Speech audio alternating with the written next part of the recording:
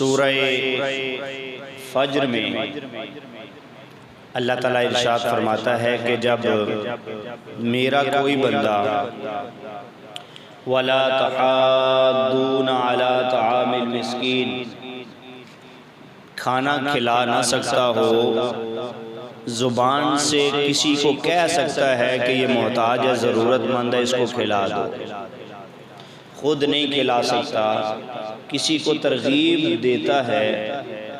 اللہ تعالیٰ قرآن میں سورہ فجر میں فرماتا ہے اللہ تعالیٰ ترغیب دینے والے کے رزق میں اضافہ کرتا ہے، اور جو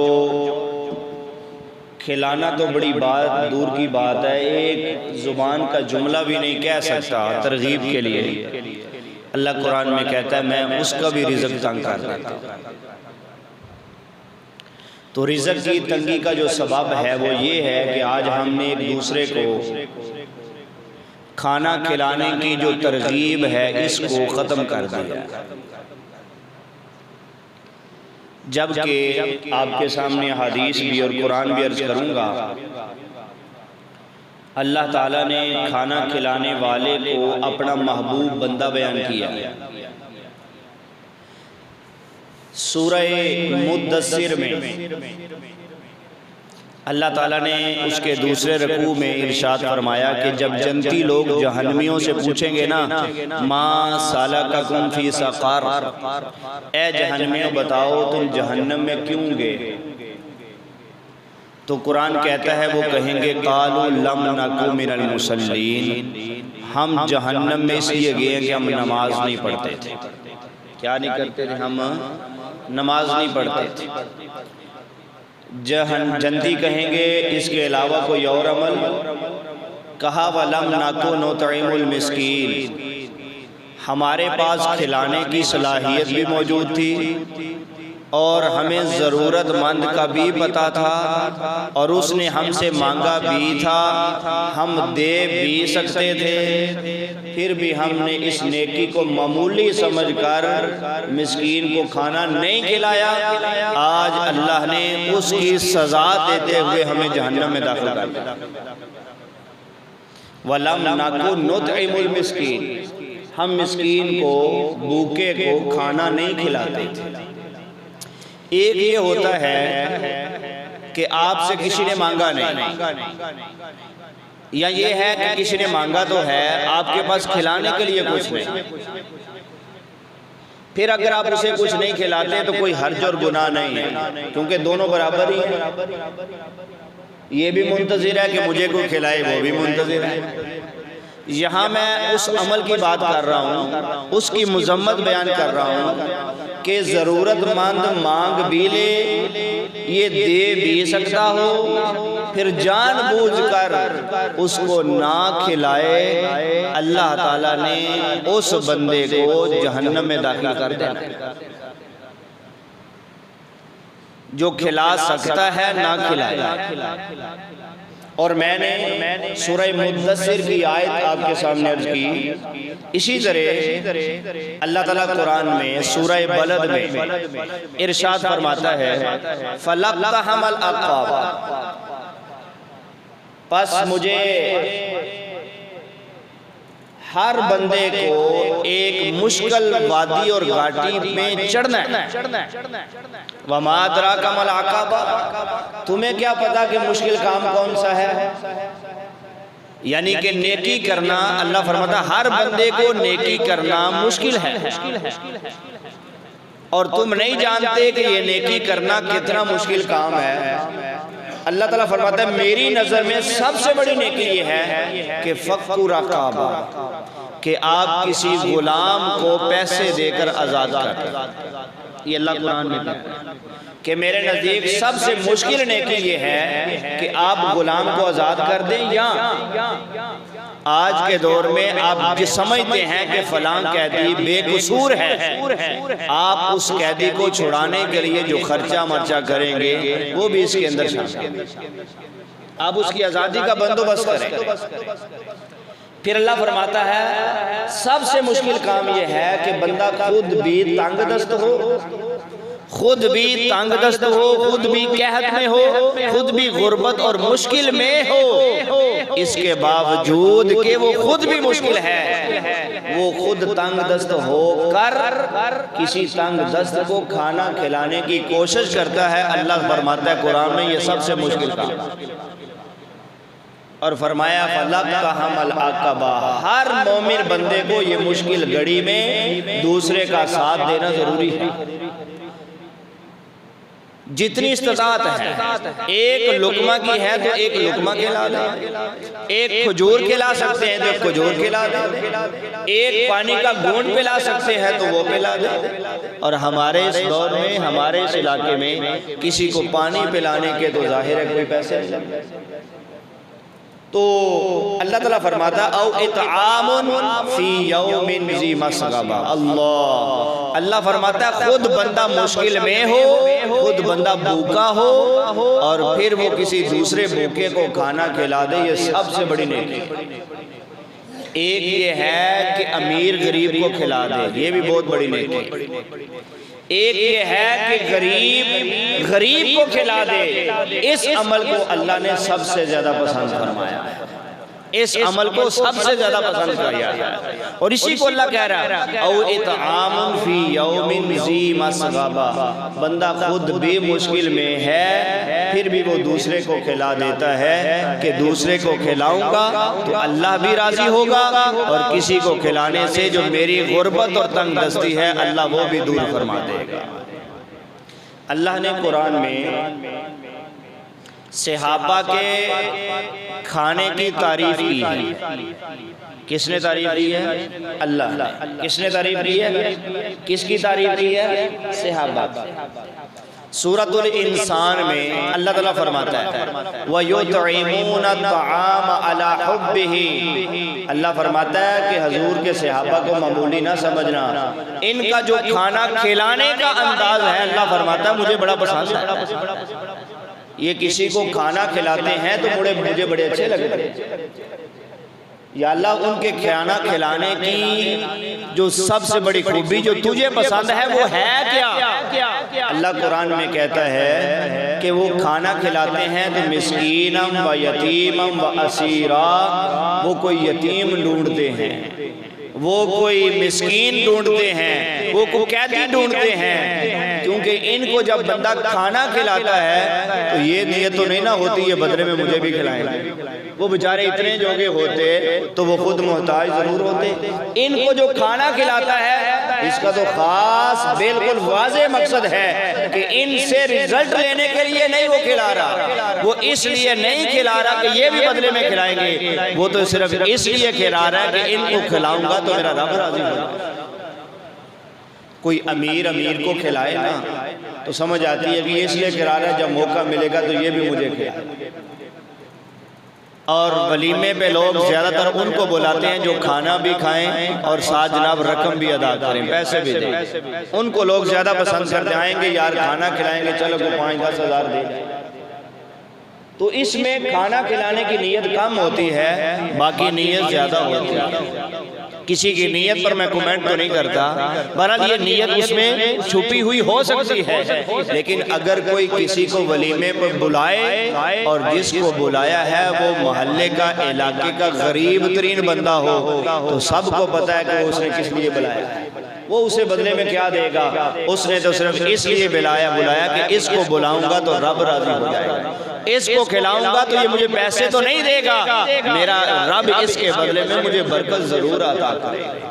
وہ عالم کو بلائے گا تو برکت کے لیے بلائے گا، وہ اس کو غریب کو بلائے گا تو وہ اس سے پیسے لینے کے لیے نہیں بلائے گا۔ اس لیے علماء نے کہا اس دنیا میں سب سے بدترین ولیمہ وہ ہے جس میں صرف امیروں کو بلایا جائے، غریبوں کو نہ کھلائے، وہ بدترین ولیمہ ہے، اور سب سے اچھا وہ ہے جس میں امیروں کے ساتھ ساتھ غریبوں کو بھی بلایا، ان لوگوں کو بھی بلایا جائے جن کو صرف کھانا کھلانے کے لیے بلایا ہے، پیسے لینے کے لیے نہیں بلایا، اس کو بڑا پسند کیا گیا ہے۔ پیارے آقا صلی اللہ علیہ وسلم کے اصحاب کی اللہ تعریف کر رہا ہے۔ اللہ فرماتا ہے حضور کے صحابہ جب کسی کو کھانا کھلا کے فارغ ہو جاتے ہیں نا تو ان کو کہتے ہیں، جن کو کھانا کھلانا ان کو کہتے ہیں انما نطعمکم لوجہ اللہ، اے کھانا کھانے والے پریشان نہ ہونا، ہم نے تجھے اس لیے نہیں کھانا کھلایا کہ بدلے میں تو نے ہمیں بھی کھلائے، ہم نے تو صرف اللہ کو خوش کرنے کے لیے کھلایا۔ لا نرید منکم جزاء، اللہ فرماتا ہے کہ صحابہ کہتے ہیں کہ ہمیں تم سے جزا نہیں چاہیے نہ شکر چاہیے، ہمیں اپنے رب سے چاہیے۔ تو اللہ قرآن میں صحابہ کے اس عمل کی تعریف کر رہا ہے کہ وہ کھانا کھلاتے ہیں تو کس لیے کھلاتے ہیں؟ لوجہ اللہ، اللہ کو راضی کرنے کے لیے، اللہ کو خوش کرنے کے لیے۔ پیارے آقا صلی اللہ علیہ وسلم ارشاد فرماتے ہیں اگر کوئی ایک لقمہ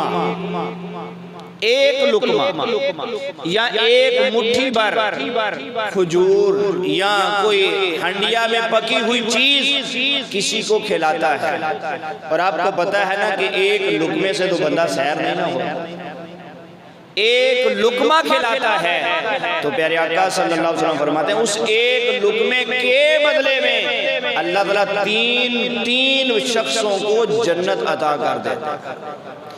ایک لقمے کے بدلے میں اللہ تعالیٰ 3 کو جنت عطا کرتا ہے۔ صحابہ نے عرض کی یا رسول اللہ لقمہ ایک ہے اور 3 بندوں کو جنت کیسے مل گئی؟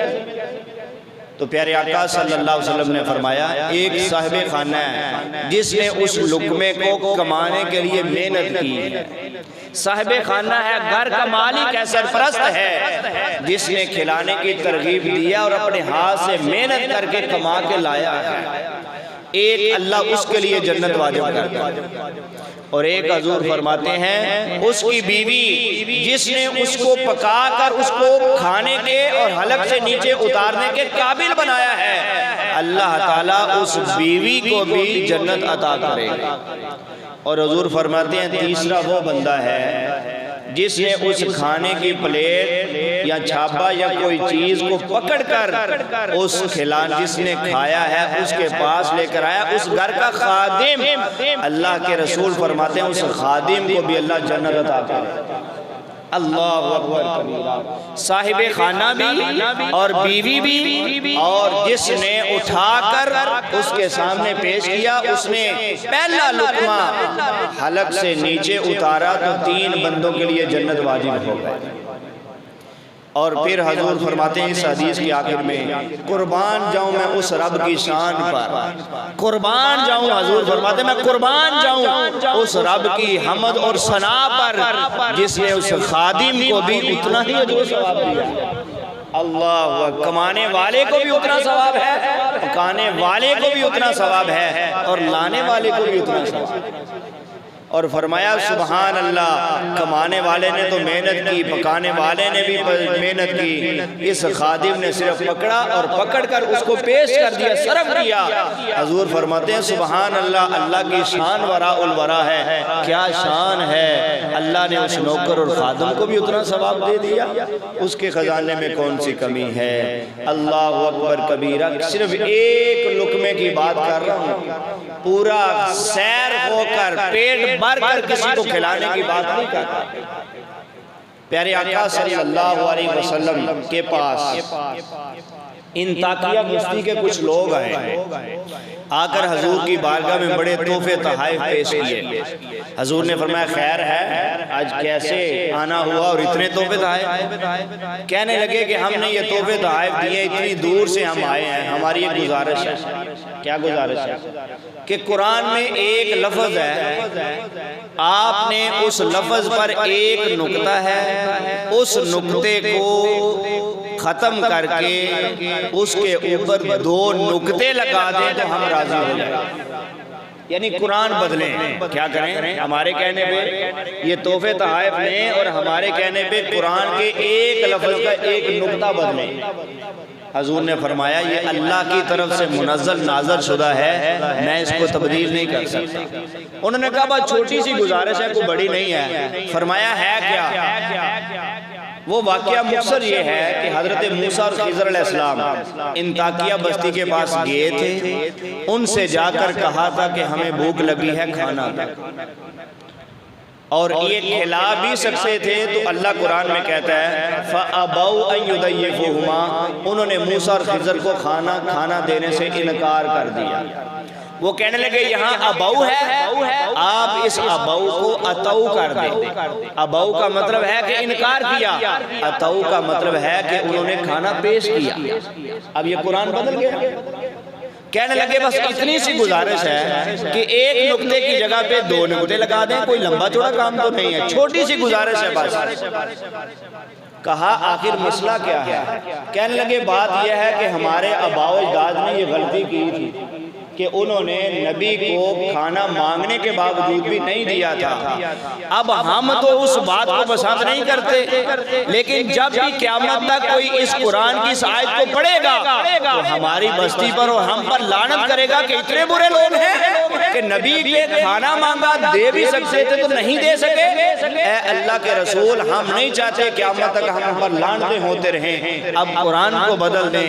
حضور نے فرمایا تم لاکھ کوشش کر لو، تمہارا یہ گناہ ختم ہونے والا نہیں ہے، یہ جملہ ختم نہیں ہوگا۔ حضور نے انکار کر دیا۔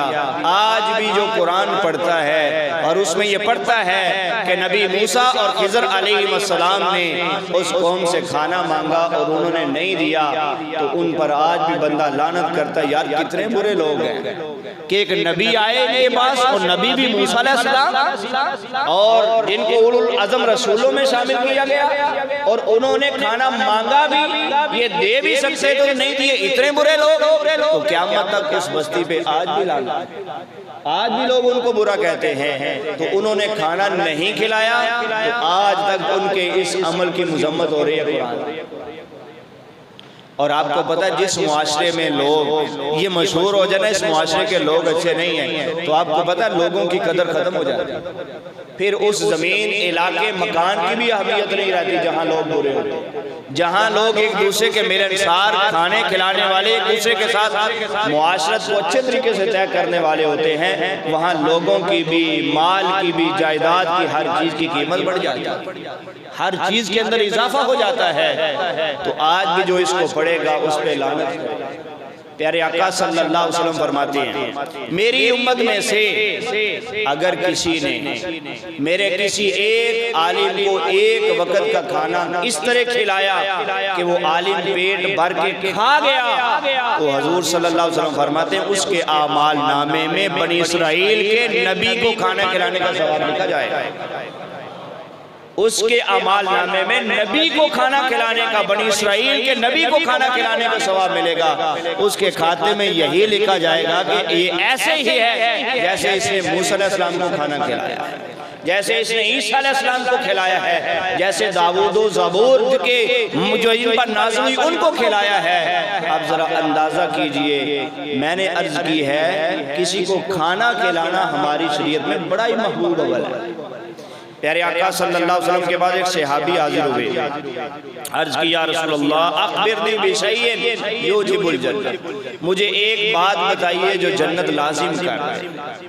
پیارے آقا صلی اللہ علیہ وسلم نے فرمایا علیک بحسن الکلام وبذل الطعام او کما قال، فرمایا اگر معمولی سے عمل پہ اتنی بڑی رب کی جنت لینا چاہتا ہے تو وہ یہی ہے کہ تیری زبان میٹھی ہو اور تیرا دسترخوان وسیع ہو۔ تیری زبان میٹھی ہو، دسترخوان، آپ کو پتہ ہے دسترخوان وسیع ہونا تو زبان کڑوی ہو جاتی ہے۔ جب بندہ کسی کو کھلاتا ہے نا تو ساتھ اس پر جملے بھی کرتا ہے، تینوں پتہ نہیں اجری بیٹھا، اور اس کو دھکے مارتا ہے، دکم پیل کرتا ہے، پتہ نہیں کیا سے کیا مشکل ہو جاتا ہے۔ تو حضور فرماتے ہیں کھانا بھی کھلا، اور جس کو کھانا کھلا رہا ہے نا اس کی عزت نفس کا بھی خیال کر، ساتھ یہ بھی تیرا کلام بھی اچھا ہو، تجھے کھلانے کا طریقہ بھی آتا ہو، تو حضور فرماتے ہیں تیرے لیے جنت لازم ہے۔ اللہ اکبر کبیرہ، معمولی سا عمل ہے، لیکن چونکہ ہمارے ہاں ہم اس کو معمولی سمجھتے ہیں، اللہ اور اس کے رسول کے ہاں یہ بہت بڑا عمل ہے۔ حضرت غوث اعظم رضی اللہ تعالیٰ آپ فرماتے ہیں کہ جتنی رحمتیں کسی کو کھانا کھلانے پہ ملتی ہے نا، اتنی رحمتیں زیادہ سے زیادہ نفل پڑھنے پہ بھی نازل نہیں۔ اور دیکھیے ایک طرف کروڑوں نفل پڑھنے والا بندہ ہے اور ایک طرف کسی کو کھانے کھلانے والا ہے، تو یقین جانیے کھانا کھلانے کا ثواب کروڑوں نفلوں سے زیادہ ہے، کیونکہ اس میں اللہ کا حق ادا ہو رہا ہے، اور کھانا کھلانے میں اللہ کا بھی حق ادا ہوتا ہے، بندے کا بھی حق ادا ہوتا ہے، ڈبل نیکی اس بندے کے لیے لکھی جاتی ہے۔ اور پیارے آقا صلی اللہ علیہ وسلم کا فرمان ہے، فرمایا حب الطعام الی اللہ عز و جل ما کثرت علیہ الایدی۔ حضور فرماتے ہیں اللہ کو اس کائنات میں سب سے جو بہترین دسترخوان ہے وہ دسترخوان ہے جس پر ہاتھ زیادہ ہیں، یعنی جس پر زیادہ لوگ بیٹھ کے کھانا کھاتے ہیں، وہ دسترخوان اللہ کا دسترخوان بن جاتا ہے، وہ پھر معمولی نہیں رہتا۔ آخری حدیث عرض کرتا ہوں، پیارے آقا صلی اللہ علیہ وسلم فرماتے ہیں من اطعم اخاہ خبزا، جس نے اپنے بھائی کو پیٹ بھر کے کھانا کھلایا، اپنے بھائی کو پیٹ بھر کے کھانا کھلایا، اپنے بھائی کو۔ اور اس میں علماء نے کہا چاہے آپ مسلمان بھائی لے لیں، ہمسایہ لے لیں، یا آپ اپنا سگا بھائی جو خونی رشتہ ہے جس کے ساتھ، آپ اس کو لے لیں۔ ہمارے ہاں لوگ دوستوں کو، یاروں کو کھانا کھلانا زیادہ پسند کرتے ہیں، جبکہ ہماری شریعت میں جتنا کوئی قریبی زیادہ رشتہ دار ہوگا اتنا اس کو کھلانے کا ثواب بھی زیادہ ہوگا۔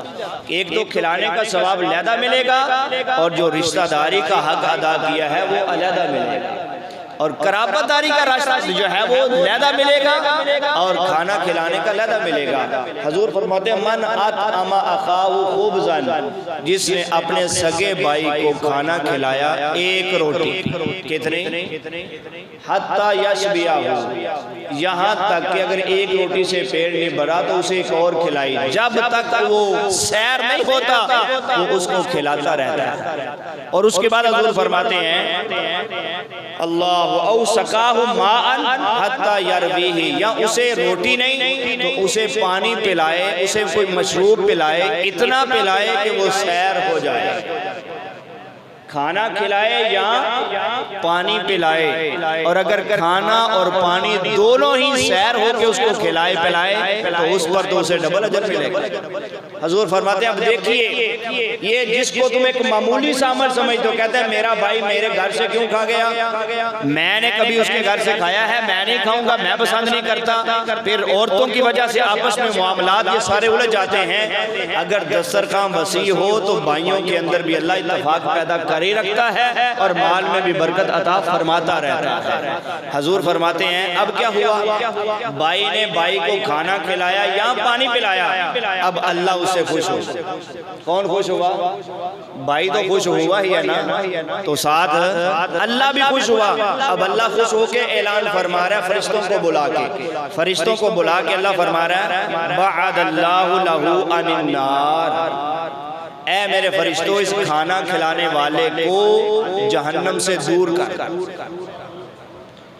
اس کے اور جہنم کے درمیان میں فاصلہ ڈال دو۔ یا اللہ کتنا فاصلہ؟ فرمایا 7 خنادق، 7 خندقوں کا فاصلہ ڈال دو۔ یا اللہ یہ ایک خندق کتنی ہے، کتنا فاصلہ ہوتا ہے ایک خندق سے دوسرے خندق کے درمیان میں؟ فرمایا بعید ما بین خندقین مسیرت 500 سنہ، 500 سال تک اگر کوئی بندہ چلتا رہے، جو جتنا سفر طے ہوتا ہے نا اتنا 2 خندقوں کے درمیان میں فاصلہ ہے۔ اور کتنی خندقوں کا فاصلہ ہوا اس کے اور جہنم کے درمیان میں؟ 7۔ تو 5 کو 7 سے ضرب دے تو کتنے بن گئے؟ 3500 سال کوئی بندہ سفر کرتا رہے تو جتنا سفر طے ہوتا ہے اللہ تعالیٰ کھلانے والے کے اور جہنم کے درمیان میں اتنا فاصلہ ڈال دیتا ہے۔ آپ ذرا اندازہ کیجئے، یہ کسی کو کھانا کھلانا ہم ایک معمولی عمل سمجھتے ہیں، اللہ کے ہاں یہ بہت ہی زیادہ پسندیدہ عمل ہے۔ یہ پیران عظام اور یہ داتا صاحب غوث پاک، یہ سارے بزرگان دین، ان کی جو قبریں آباد ہیں، ان کی قبروں کی آبادی کی ایک وجہ کھانا کھلانا بھی ہے۔ وہاں ہر جگہ جو ہے وہ کھانا کھلانے والے بھی پہنچ جاتے ہیں، کھانا کھانے والے بھی پہنچ جاتے ہیں، اور قیامت تک جن کی برکت سے اللہ کھلا رہے ہیں ان کو پھر مرنے نہیں دیتے۔ آج بھی ان کی خانقاہیں آباد ہیں۔ کسی کے ہاں 2 مہمان آ جائیں جناب والا منہ سرخ ہو جاتا ہے، چہرے کا تغیر اور انداز بدل جاتا ہے کہ یہ میں ہی ملا ہوں، یہ پھر آ گیا ہے۔ اللہ جہاں وہاں ہزاروں لوگ کھاتے ہیں، اللہ تعالیٰ ان کے دسترخوان میں اور وسعت نصیب فرمائے۔ اب ذرا اندازہ کی، جہاں کھانا کھلانے کا ماحول ہوتا ہے وہ علاقہ کبھی بھی جو ہے وہ بے آباد نہیں ہوتا، اللہ وہاں برکت نازل فرماتا ہے۔ یقین جانیے جس دسترخوان سے زیادہ لوگ کھانا کھاتے ہیں اس دسترخوان پہ ہمیشہ اللہ کی رحمتیں برستی رہتی ہیں۔ وہ دسترخوان اٹھا بھی دیا جائے پھر بھی رحمتیں برستی رہتی ہیں۔ میری یہ ادباً گزارش ہے، یہ جو ماحول ہمارے اندر یہ تنگ دستی کا یہ سارا ماحول پیدا ہوا، اگر آپ چاہتے ہیں آپ کی تنگ دستی تو ختم ہو جائے تو قرآن میں سورہ بلد میں اللہ فرماتا ہے تنگ دست بندہ جب تنگ دست کو کھلائے گا اللہ دونوں کو وسعت عطا فرما دے گا۔ یعنی جتنی استطاعت ہے اتنا کھلا دیں، ایک لقمہ کھلا دیں، ایک روٹی کھلا دیں، کھجور کھلا دیں، پانی کا گھونٹ پلا دیں، دودھ پلا دیں، اللہ تبارک و تعالیٰ اس کے بدلے میں مال میں بھی برکت عطا فرمائے گا، اور اس کے اور جہنم کے درمیان میں 7 خندقوں کا فاصلہ بھی پیدا فرما دے گا۔